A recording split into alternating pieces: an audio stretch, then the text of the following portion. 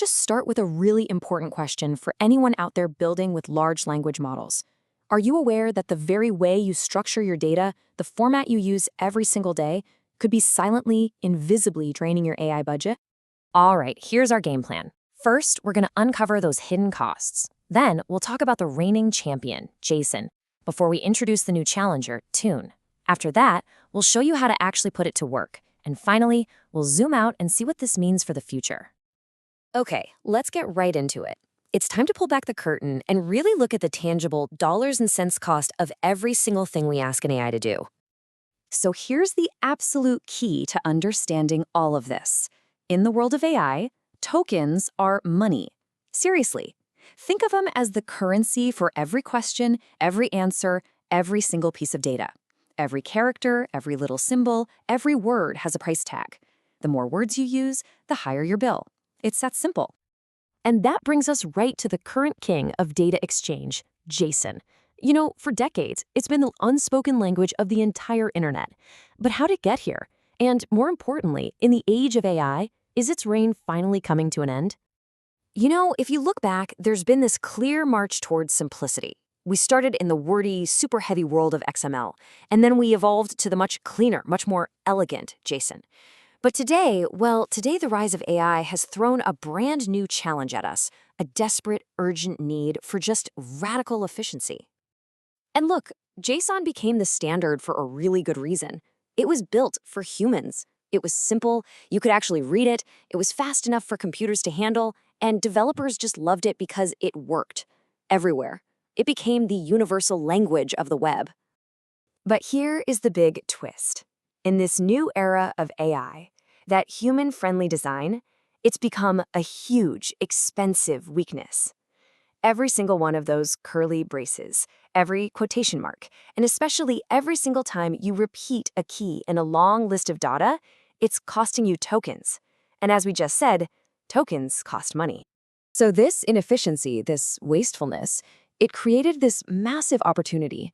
And that brings us to the new contender stepping into the ring, TOON, a format that was engineered from the ground up specifically for the age of AI. TOON, which stands for Token-Oriented Object Notation, has one primary goal, one reason for being: slash the number of tokens. Its entire philosophy is about saying the exact same thing as JSON, but doing it with the absolute minimum number of characters possible. Okay, now this is where you can really see the magic. Just look at the difference. On the left, you've got your standard JSON, right? See how it repeats ID and name for every single user? Now look at Tome on the right. It's totally different. It pulls those keys out into a single header, kind of like a spreadsheet, and then it just lists the values. All that expensive repetition, gone. And the result of that radical redesign? A mind-blowing 30 to 50% reduction in token usage for this kind of data. We're not talking about a small improvement here. For any company with a serious AI budget, that is a total game changer. And, you know, the benefits actually go way beyond just saving money.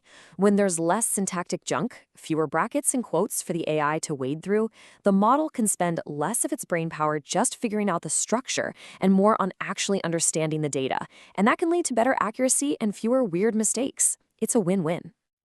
So this all sounds pretty amazing in theory, right? But you're probably wondering, how do I actually use this? Do I have to rewrite my entire application? And the answer is a huge, emphatic no. See, the genius strategy here is that you don't have to rebuild everything from scratch. You just use TOON as a kind of translation layer. Your application can keep humming along using JSON internally, and you only switch over to TOON right at the very edge, right before you talk to the AI and right after it talks back. And this workflow breaks it down beautifully.